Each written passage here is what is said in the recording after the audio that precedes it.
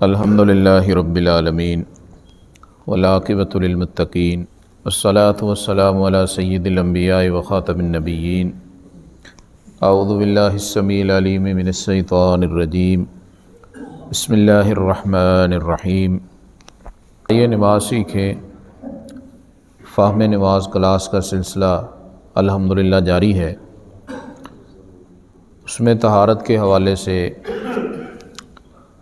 اور وضو کے مسائل اور غسل کے مسائل یہ ہم گفتگو کر چکے ہیں۔ اب اگر انسان کو پانی نہیں مل رہا یا انسان پانی استعمال نہیں کر سکتا تو اس کے لیے کیا طریقہ ہے؟ وضو اور غسل ظاہر ہے پانی سے ہے۔ ایک انسان مریض ہے، بیمار ہے، اسے پانی استعمال کرنے سے روکا گیا، یا انسان کسی ایسی جگہ پہ ہے کہ پانی اتنا ٹھنڈا ہے جس کو استعمال کرنا انسان کے لیے انتہائی نقصان دہ ہو سکتا ہے، یا خدا نخواستہ کبھی ایسے حالات ہو گئے کہ پانی مل ہی نہیں رہا، یا انسان کسی جگہ محصور کر دیا گیا اور پانی اس کے پاس ہے نہیں، تو اب وہ کیا کرے؟ تو شریعت نے طریقہ بتلا دیا ہے۔ نماز تو بہرحال پھر بھی پڑھنی ہے، تو وہ تیمم کر لے۔ تیمم، اگر وضو کی ضرورت ہے تو بھی تیمم کرے، اور اگر اس پہ غسل فرض تھا تو پھر بھی تیمم کر لے، دونوں کے لیے تیمم ہی کرے گا۔ ایک حدیث میں نبی کریم صلی اللہ علیہ وسلم نے ایک شخص کو دیکھا نماز پڑھی اور وہ الگ تھلگ تھا، تو آپ نے فرمایا، پوچھا کہ بھئی تم نے نماز نہیں پڑھی؟ تو اس نے عرض کیا کہ اللہ کے رسول، مجھ پہ غسل فرض تھا، میں نے غسل کرنا تھا اور پانی نہیں ملا، تو اس لیے میں نے نماز نہیں پڑھی، میں غسل نہیں کر سکا۔ تو نبی صلی اللہ علیہ وسلم نے فرمایا کہ تیرے لیے تیمم کافی تھا، تو تیمم ہی کر لیتا۔ حضرت عمار بن یاسر رضی اللہ تعالیٰ عنہ کی تفصیلی حدیث ہے، انہیں غسل کی ضرورت پیش آئی اور پانی نہیں تھا، تو انہوں نے باقاعدہ مٹی کے اندر یہ سمجھا کہ مٹی پورے جسم کو لگنی چاہیے، تو مٹی پہ وہ لوٹ پوٹ ہو گئے اور پورے جسم کو مٹی ملنے کی کوشش کی، اور نبی صلی اللہ علیہ وسلم کے سامنے جب ان کی بات آئی تو آپ صلی اللہ علیہ وسلم نے فرمایا کہ بھئی اس کی ضرورت نہیں تھی، تو صرف تیمم ہی کر لیتا۔ اس لیے وضو کی ضرورت ہو یا غسل کی ضرورت ہو، دونوں کے لیے تیمم۔ اور تیمم کا طریقہ یہ ہے، ظاہر ہے نیت تو ہر کام کے لیے ضروری ہے، انسان نیت کرے گا، جیسے وضو کے لیے نیت ہے، غسل کے لیے ہے، ایسے ہی تیمم کے لیے بھی نیت ہوگی کہ میں تیمم کر رہا ہوں اور اس سے میں نماز بھی ادا کروں گا اور بسم اللہ بھی پڑھے۔ تو تیمم کے لیے پاک مٹی، اس پہ دونوں ہاتھ ایسے مارے، یا اگر انسان ایسی جگہ کو ہسپتال میں مریض ہے وہاں مٹی نہیں ہے تو مٹی کا ڈیلا ہاتھ میں پکڑ کے بھی ایسے گھما لے، ایسے، تو ہاتھوں کو اندر والی سائڈ پہ مٹی لگ گئی، اور اگر زیادہ ہو تو وہ پھونک مار کے مٹی کو کم بھی کر سکتا ہے، اڑا بھی سکتا ہے، اور پھر ہاتھوں کی پشت کا مسح کرے، ایسے ہاتھوں کی پشت کا مسح، اور پھر چہرے کا، پھر ایسے چہرے پہ ہاتھ مل لے، تو یہ تیمم ہو گیا۔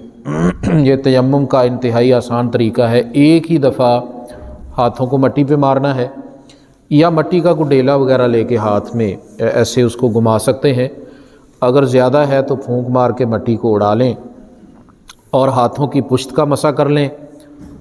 ہاتھوں کی پشت کا، یہ صرف پہنچے تک، گھٹ تک، اور پھر چہرے کا، ایسے چہرے کا مسح ہو گیا، تو یہ تیمم ہو گیا۔ اس کے لیے ایک ہی ضرب، یعنی ایک ہی دفعہ ہاتھوں کو زمین پہ مارنا یہ کافی ہے۔ اور تیمم کے لیے جو مٹی کے ساتھ مسح ہے وہ صرف ہاتھوں کا اور چہرے کا، بس، باقی وضو کے جو اعضاء ہیں ان کا مکمل مسح نہیں ہے تیمم میں۔ تیمم میں اتنا ہی ہے، ہاتھوں کا مسح ہو گیا اور چہرے کا مسح ہو گیا، تو یہ انسان کا تیمم ہو گیا۔ اب اس تیمم سے انسان وہ سارے کام کر سکتا ہے جو وضو اور غسل سے کر سکتا ہے۔ اب وہ نماز بھی پڑھے گا، قرآن حکیم کی تلاوت بھی کرے گا، ذکر و اذکار بھی کرے گا، جب تک اسے پانی نہیں ملتا یہی تیمم اس کے لیے کافی ہے۔ تو اس کا مطلب یہ ہے کہ اگر پانی نہیں مل رہا، یا مریض پانی استعمال نہیں کر سکتا، یا کسی جگہ پانی اتنا ٹھنڈا ہے کہ ناقابل برداشت ہے، تو ایسی صورت میں بھی انسان نے نماز سے چھٹی نہیں کرنی، بلکہ لازمی بات ہے کہ وہ تیمم کرے اور تیمم سے وہ نماز بھی پڑھے اور نیکی اور خیر کے باقی بھی کام کرے۔ انسان کب تک تیمم کے ساتھ گزارا کر سکتا ہے؟ تو نبی کریم صلی اللہ علیہ وسلم نے فرمایا السعید الطیب وضوء المسلم، پاک مٹی جو ہے وہ مسلمان کا وضو ہے۔ وَإِن لَّمْ يَجِدِ الْمَاءَ 10 سنین، اگرچہ اسے 10 سال بھی پانی نہ ملے۔ یعنی تیمم کر لیا انسان نے، 2 دن پانی نہیں ملتا، 4 دن نہیں ملتا، 6 ماہ نہیں ملتا، یا کوئی ایسا مریض ہے جسے ڈاکٹر نے بالفرض سال کے لیے روک دیا کہ پانی استعمال نہیں کر سکتا، یا انسان کسی ایسی جگہ ہے، یا خدا نخواستہ انسان کسی جگہ گرفتار ہو گیا، وضو کے لیے اسے پانی دیا ہی نہیں جا رہا، تو نبی کریم علیہ السلام نے فرمایا مٹی سے تیمم کر کے عبادت کرتے جاؤ، چاہے 10 سال بھی پانی نہ ملے۔ تو اس کا مطلب ہے کہ جب تک بھی پانی نہیں ملتا انسان مٹی کے ساتھ تیمم کرے گا، اور ہر نماز کے لیے تیمم الگ کر لے گا۔ جیسے وضو ہے اسی طرح تیمم ہے، اگر پہلا تیمم قائم ہے تو اسی تیمم سے بھی آگے نماز پڑھی جا سکتی، اور اگر تیمم نہیں ہے تو انسان تیمم دوبارہ کر لے۔ جن چیزوں سے وضو ٹوٹتا ہے انہی چیزوں سے تیمم بھی ختم ہو جائے گا۔ اور ایک چیز مزید ہوگی، اگر پانی نہیں مل رہا تھا، انسان نے تیمم کر لیا، نماز پڑھی، اب اسے پانی مل گیا تو تیمم ختم ہو گیا۔ پانی کے ملنے سے بھی تیمم ختم ہو جائے گا، اب وہ پانی کے ساتھ وضو کرے۔ اور اگر ایک بندہ بیمار تھا، وہ پانی استعمال نہیں کر سکتا تھا، اب وہ تندرست ہو گیا، پانی استعمال کر سکتا ہے، تو اس کے لیے بھی تیمم ختم ہو گیا۔ تو انسان کا وضو بھی اور تیمم بھی ظاہر ہے بول و براز سے ختم ہو جاتا ہے۔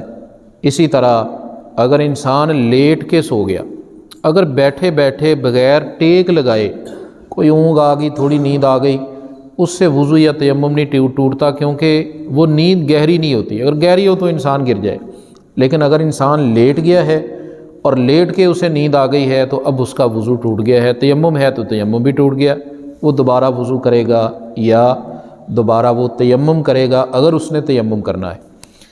اسی طرح اونٹ کا گوشت کھانے سے وضو ٹوٹ جاتا ہے، یہ حدیث کے اندر اس کی صراحت موجود ہے۔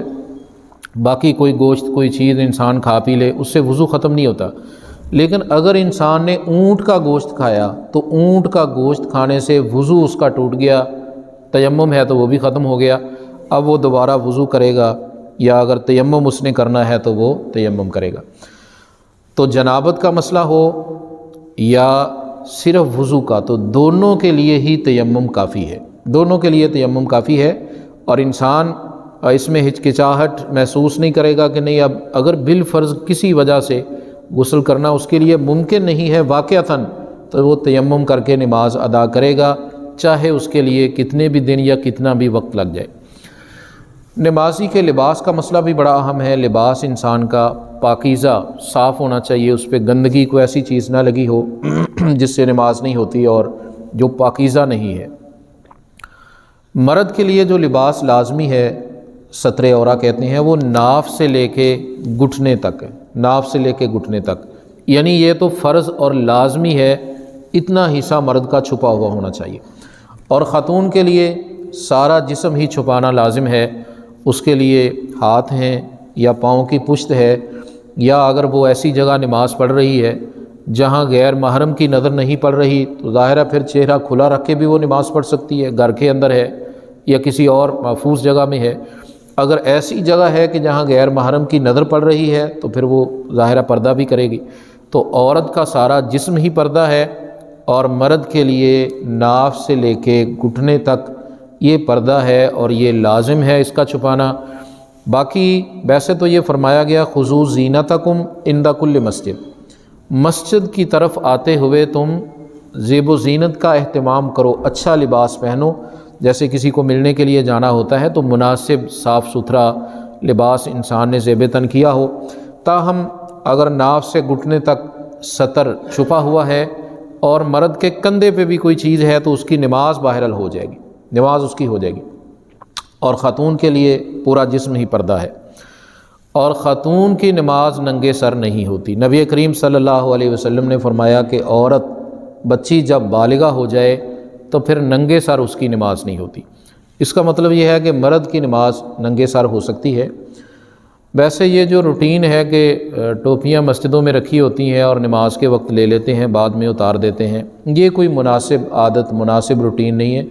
یا تو انسان کی اچھی ٹوپی ہو جو انسان ہر وقت سر پہ رکھ سکتا ہو، ایسی ٹوپی جسے پہن کے ہم کسی شادی میں نہیں جا سکتے، اس ٹوپی کو پہن کے ہم آفس میں نہیں بیٹھ سکتے، اس ٹوپی کو پہن کے ہم نماز کیسے پڑھیں؟ وہ تو صاف بھی اتنی، یعنی انسان کا دل نہیں مانتا اس کے لیے۔